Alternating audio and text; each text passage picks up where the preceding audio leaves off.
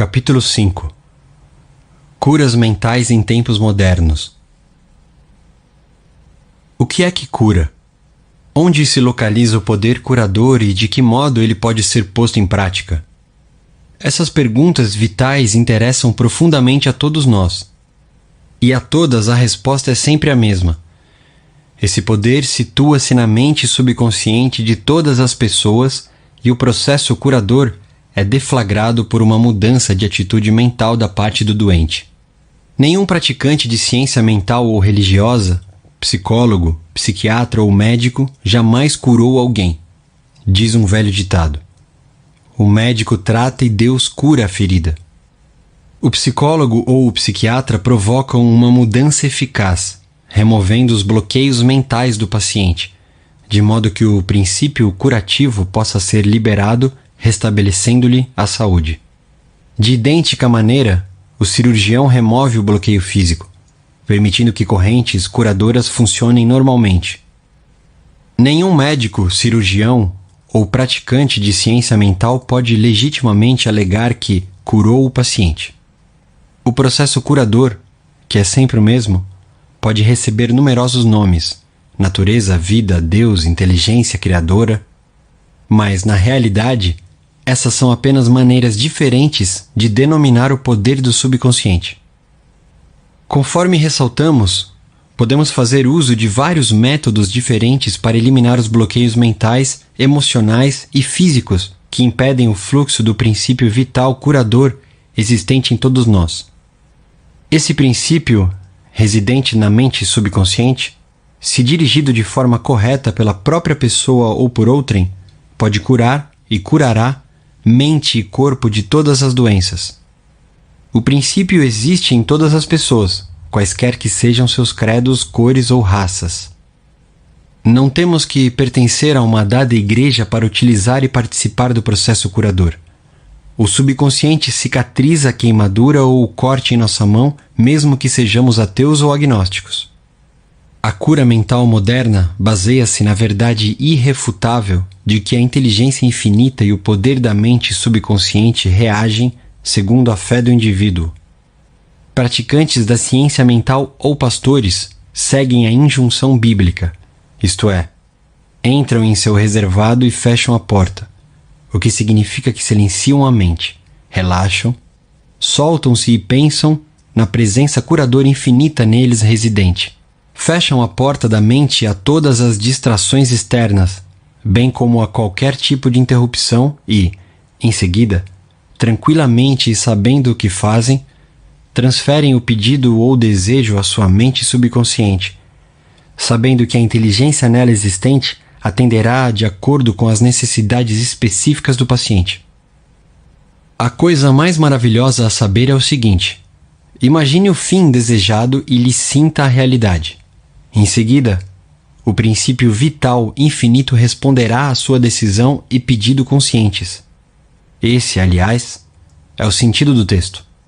Acredita que recebeste e receberás. E é isso que faz o cientista mental moderno quando pratica a terapia da prece. Um único processo de cura. Um único e universal processo curativo opera por meio de tudo o que tem vida. Esse princípio de vida opera nos reinos animal, vegetal e mineral sob a forma de instinto e lei da vida. Uma vez que seres humanos têm consciência dele, podemos dirigi-lo conscientemente para nos beneficiarmos de um incontável número de maneiras. São muitos e diferentes os enfoques, técnicas e métodos de uso do poder universal, mas só há um único processo de cura, que é a fé, ou seja, segundo a tua fé, assim será feito a ti. A lei da crença. Todas as religiões do mundo representam formas de crenças, que são explicadas de muitas maneiras. A lei da vida é a crença. O que é que acreditamos sobre nós mesmos, a vida, o universo? A ti se faz aquilo em que acreditas. A crença é um pensamento na nossa mente que faz com que o poder do subconsciente seja distribuído em todos os aspectos de nossa vida, de acordo com nossos hábitos mentais. Temos que compreender que quando a Bíblia fala em crença, não se refere à nossa crença em algum ritual, cerimônia, forma, instituição ou fórmula. Fala sobre a crença em si. A crença de nossa mente é simplesmente um pensamento em nossa mente. Se podes, tudo é possível ao que crê. Marcos capítulo 9, versículo 23. É tolice acreditar em algo que nos machuque ou prejudique. Lembre-se, não é a coisa em que você acredita que o machuca ou prejudica, mas a crença ou pensamento na mente que produz o resultado. Todas as suas experiências, todos os seus atos e todos os eventos e circunstâncias de sua vida são apenas reflexos e reações ao seu próprio pensamento. A terapia da prece é a ação combinada, cientificamente dirigida, das mentes consciente e subconsciente. A terapia da mente é a ação sincronizada, harmoniosa e inteligente dos níveis consciente e subconsciente da mente, especificamente dirigida para um objetivo definido. Na prece científica, ou na terapia da prece, temos que saber o que fazemos e por que fazemos. Temos que confiar na lei da cura. A terapia da prece é, às vezes, denominada de tratamento mental, quando não de prece científica. Na terapia da prece, escolhemos conscientemente uma ideia, quadro mental ou plano que desejamos vivenciar. Sabemos de nossa capacidade de transmitir a ideia ou imagem mental ao subconsciente, ao vivenciar a realidade do estado presumido. Permanecendo constante na atitude mental, a prece será atendida. A terapia da prece é uma ação mental com vistas a um objetivo definido e específico. Vamos supor que resolvemos remediar alguma dificuldade com a terapia da prece. Sabemos que nosso problema ou doença, qualquer que possa ser, deve ter sido causado por pensamentos negativos carregados de medo, alojados na mente subconsciente. Sabemos que, se conseguirmos expurgar da mente esses pensamentos, obteremos a cura. Em vista disso, recorremos ao poder curativo existente no subconsciente. Lembramos a nós mesmos do poder e inteligência infinitos e da capacidade do subconsciente de corrigir todos os estados anormais. Pensando longamente nessas verdades, o medo começa a dissolver-se. A recordação dessas verdades combate e, finalmente, derrota as crenças errôneas. Damos graças pela cura que sabemos que virá. Em seguida, afastamos da mente o problema, até nos sentirmos orientados, após o intervalo, a voltar a orar. Enquanto oramos, recusamo-nos a conceder qualquer poder às condições negativas ou admitir, por um segundo ao menos, que a cura não ocorrerá. Essa atitude da mente gera a união harmoniosa das mentes consciente e subconsciente, que libera o poder curativo. A cura pela fé. O que significa e como funciona a fé incondicional. O que se conhece em geral como cura pela fé não é mencionado na Bíblia, que significa conhecimento da interação das mentes consciente e subconsciente. Aquele que cura pela fé é um indivíduo que assim procede sem nenhuma compreensão científica autêntica dos poderes e das forças envolvidas. Ele pode alegar possuir um dom especial de cura e, simultaneamente, a crença absoluta do doente, nele ou em seus poderes, pode trazer resultados. Em diversas partes do mundo, curandeiros tratam seus pacientes com danças, encantamentos e invocação de espíritos.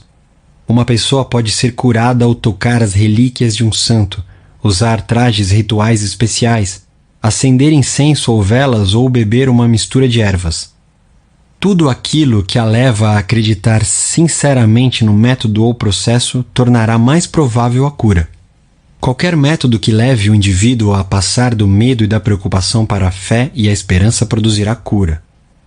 Muitos alegam que, uma vez que suas teorias individuais produzem resultados, elas devem, por conseguinte, ser corretas e verdadeiras. Conforme demonstramos, essa alegação não se sustenta. Para mostrar como a fé absoluta funciona, recordemos o que dissemos sobre o médico suíço Franz Anton Mesmer. Em 1776, ele declarou ter conseguido numerosas curas tocando com ímãs o corpo de pacientes. Mais tarde, jogou fora os ímãs e simplesmente aplicou passes com as mãos, a curta distância do doente. Esse método funcionou também. Explicando o sucesso do novo método, Mesmer formulou a teoria do magnetismo animal. Segundo ele, trata-se de um fluido que satura o universo, mas que é, sobretudo, ativo no organismo humano. Afirmou que o fluido magnético era transmitido por suas mãos para o corpo doente e que era essa transferência de magnetismo animal que o curava. Multidões correram para procurá-lo e muitas curas maravilhosas foram obtidas. Quando Mesmer mudou-se para Paris, o governo nomeou uma comissão para investigar suas curas. Seus membros incluíam médicos ilustres e membros da Academia de Ciências, da qual Benjamin Franklin era um dos titulares. Após rigorosa pesquisa, a comissão reconheceu que Mesmer conseguira curas confirmadas, mas sustentou não haver prova da validade da teoria do fluido magnético, e sugeriu que os efeitos deviam-se à imaginação dos pacientes. Pouco depois disso, Mesmer foi exilado. Faleceu em 1815. Pouco depois dessa data, o Dr. James Braid, de Manchester, Inglaterra, resolveu provar que o fluido magnético nada tinha a ver com as curas do Dr. Mesmer. Descobriu que pacientes podiam, através de sugestão, ser induzidos a entrar em sono hipnótico. Enquanto estavam em transe, ele conseguiu produzir muitos dos fenômenos notáveis que Mesmer atribuíra ao magnetismo animal. É evidente que todas as curas foram, sem a menor dúvida, causadas pela imaginação ativa do paciente, com uma sugestão poderosa de saúde transmitida à mente subconsciente.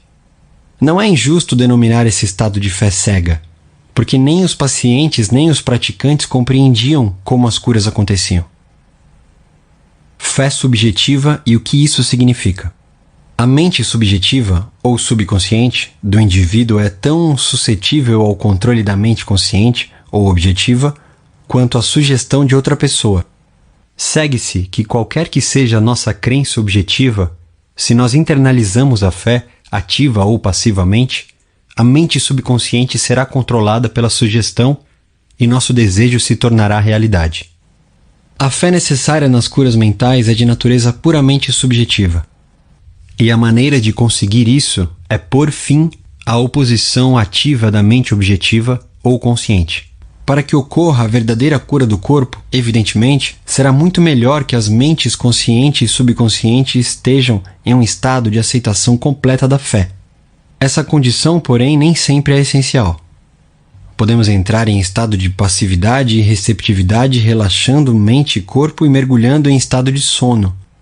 Nesse estado de modorra, o estado de passividade em que nos encontramos nos torna receptivos a gravações na mente subjetiva.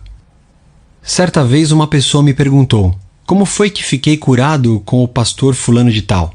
Quando ele me disse que não há, que a matéria não existe, não acreditei em uma única palavra do que ele disse. Achei que ele estava insultando minha inteligência. Ainda assim, fui curado. Como isso pôde acontecer? A explicação é simples. Ele foi acalmado com palavras tranquilizadoras, instruído a entrar em um estado de absoluta passividade e a nada dizer nem pensar por algum tempo. O pastor tornou-se também passivo. De forma tranquila, calma e insistente, durante meia hora, disse a esse homem que ele iria ter saúde perfeita, paz, harmonia e completude. Ao fim de meia hora, o homem sentiu um imenso alívio e recuperou a saúde.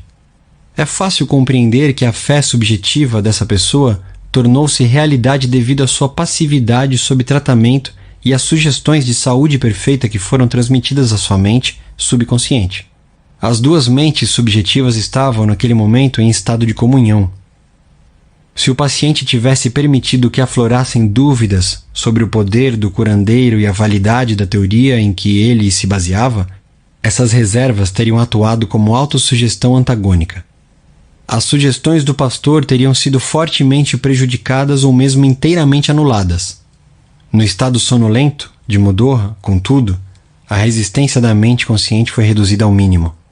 A mente subconsciente do paciente tornou-se receptiva às sugestões do pastor e desempenhou suas funções de acordo com as sugestões recebidas, disso se seguindo a cura.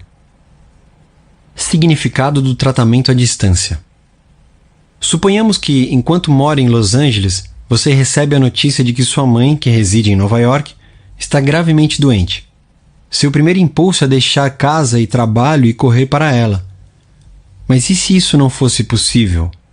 Você renunciaria a qualquer esperança de emprestar a força de sua fé ao processo de recuperação dela? Não. Conquanto não possa estar fisicamente presente, suas preces ainda assim a ela chegariam. E ao Pai interno que faz a obra. Só há uma única mente criadora. A lei criadora da mente está à sua disposição. O que você tem que fazer é induzir a vivência interior de saúde e harmonia em sua mente. E a resposta será automática. Essa materialização interior, atuando por meio de sua mente subconsciente, agirá por seu lado sobre a mente subconsciente de sua mãe. Seus pensamentos de saúde, vitalidade e perfeição operam por meio da única e universal mente subjetiva. Põe em movimento uma lei do aspecto subjetivo da vida que se manifesta pelo corpo de sua mãe como cura.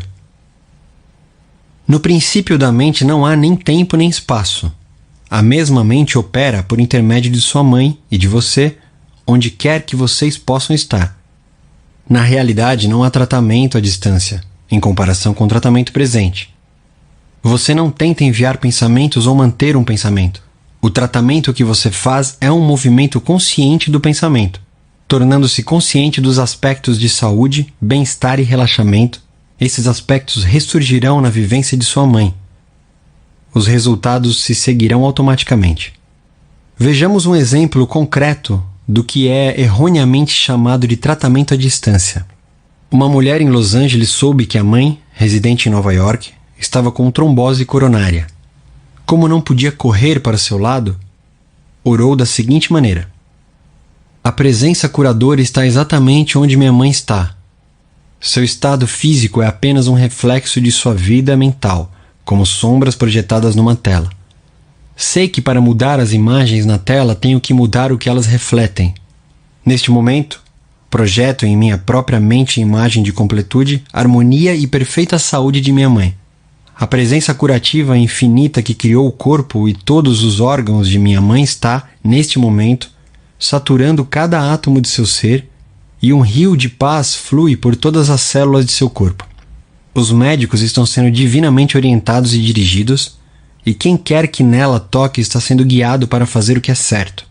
Sei que a doença não tem uma realidade final. Se tivesse, ninguém poderia ser curado. Neste momento, eu me torno uno com o princípio infinito do amor e da vida. E sei e ordeno que harmonia, saúde e paz estejam sendo agora manifestadas no corpo de minha mãe. Ela orou dessa maneira várias vezes por dia. Após alguns dias, a mãe teve uma recuperação notável. O cardiologista ficou espantado e cumprimentou-a por sua grande fé no poder de Deus.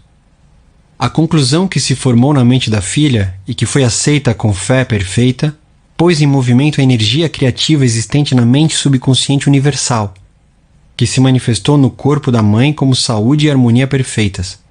O que a filha sentiu como verdade sobre a mãe foi na mesma ocasião manifestado na vivência desta última, liberando a ação cinética da mente subconsciente. Uma amiga psicóloga disse-me que uma biópsia revelara a presença de células cancerosas em um de seus órgãos vitais. O oncologista recomendou-lhe um doloroso e perigoso tratamento. Todas as noites, antes de recolher-se, ela afirmava tranquilamente: todas as células, tecidos, nervos e órgãos de meu corpo estão sendo, neste momento, tornados sadios, puros e perfeitos. Saúde e harmonia estão sendo restabelecidas em meu corpo. Em um mês ela teve uma cura completa. Exames subsequentes revelaram que não havia mais células cancerosas no corpo. Fiquei impressionado com essa história, mas também curioso. Perguntei-lhe por que repetia as afirmações antes de ir dormir. Respondeu ela: uma vez que seja posta em movimento em certa direção, a ação cinética da mente subconsciente continua durante o sono. Esse é o motivo da importância fundamental de dar à mente subconsciente alguma coisa benéfica em que trabalhar quando caímos na sonolência que precede o sono. A resposta dela foi muito sábia. Notem também que, ao pensar em harmonia e perfeita saúde, ela nunca se referia pelo nome à sua doença. É altamente recomendável que deixe de falar em suas doenças ou lhes dar um nome, especialmente nas horas que precedem o sono. A única seiva de onde elas retiram vida é a atenção e o medo que elas despertam em você. Tal como a psicóloga mencionada, torne-se um cirurgião mental. Dessa maneira, seus problemas serão extirpados da mesma forma que ramos mortos são cortados de uma árvore. Por outro lado, se você vive falando em suas dores e sintomas, conversando sobre eles, acaba lhes concedendo poder. Você inibe a ação cinética que libera o poder curativo e a energia da mente subconsciente. Além disso, de acordo com a lei de sua própria mente, o que você imagina tende a assumir forma, como a coisa que eu mais temia. Sature a mente com as grandes verdades da vida e caminhe para a frente, iluminado pela luz do amor. Atitudes que promovem a saúde. 1. Descubra o que o cura. Compreenda que instruções corretas dadas à mente subconsciente curarão sua mente e seu corpo. 2. Formule um plano definido para passar ao subconsciente seus pedidos ou desejos. 3. Imagine o fim desejado e sinta-lhe a realidade. Persista e obterá resultados. 4. Chegue a uma conclusão sobre o que é crença. Saiba que crença é um pensamento em sua mente e que aquilo que você pensa, você cria. 5. É tolice acreditar em doença ou em qualquer coisa que o machuque ou prejudique. Acredite em saúde perfeita, prosperidade, paz, riqueza e orientação divina. 6. Os pensamentos nobres e grandiosos que você habitualmente alimenta transformam-se em grandes atos. 7. Aplique em sua vida o poder da terapia pela prece. Escolha um plano, ideia ou quadro mental. Una-se mental e emocionalmente a essa ideia. Permanecendo constante na atitude mental, a prece será atendida. 8. Lembre-se sempre: se quer ter o poder de curar, pode tê-lo por meio da fé, o que implica saber como funcionam as mentes consciente e subconsciente. A fé vem com a compreensão. 9. Fé absoluta significa que o indivíduo pode obter resultados de cura sem nenhum conhecimento dos poderes e forças em jogo. 10. Aprenda a orar pelas pessoas amadas que possam estar doentes. Aquiete a mente. Seus pensamentos de saúde, vitalidade e perfeição, operando através da mente subjetiva universal, serão sentidos e se tornarão manifestos na mente das pessoas que ama.